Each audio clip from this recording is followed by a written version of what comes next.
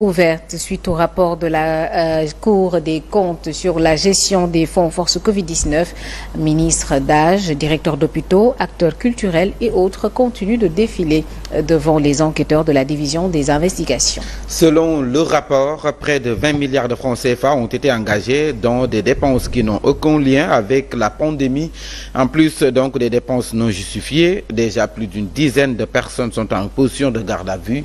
Alassane Baldé nous en dit plus. L'enquête autour du rapport des fonds force Covid-19, les acteurs défilent devant les enquêteurs de la division des investigations criminelles qui a hérité du dossier. Parmi eux, d'anciens ministres, il s'agit notamment de Mansour Faye qui avait en charge du développement communautaire des DAGE, notamment celui du ministère des Sports Mamoudou Gomnian du temps du ministre Makhtar Ba et celui de la santé de Abdoulaye Diouf Sarr, Ousseynou Ngom. Dans ce lot, on peut citer également le comptable de l'hôpital Youssou Mbargane de Rufisque, des directeurs Mamoudou Ndiaye de la prévention du ministère de la Santé, de Moussa Samda Faktul, directeur de Dalal Jam, Baba Sen, directeur de l'hôpital de Kaffrine. Des acteurs culturels et communicateurs traditionnels sont également convoqués dans cette affaire. Ils sont présentement plus d'une dizaine à être en position de garde à vue après leur audition par le parquet pôle financier judiciaire.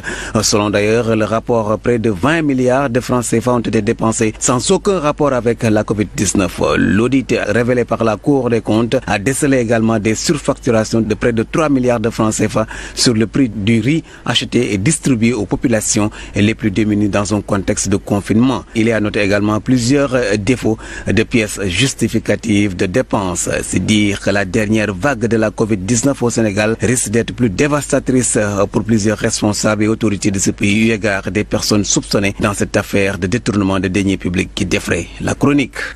Simon Kouka, lui, dément avoir reçu une convocation et mis sous contrôle judiciaire dans le cadre de cette enquête. Pointé du doigt, Simon soutient qu'il n'en est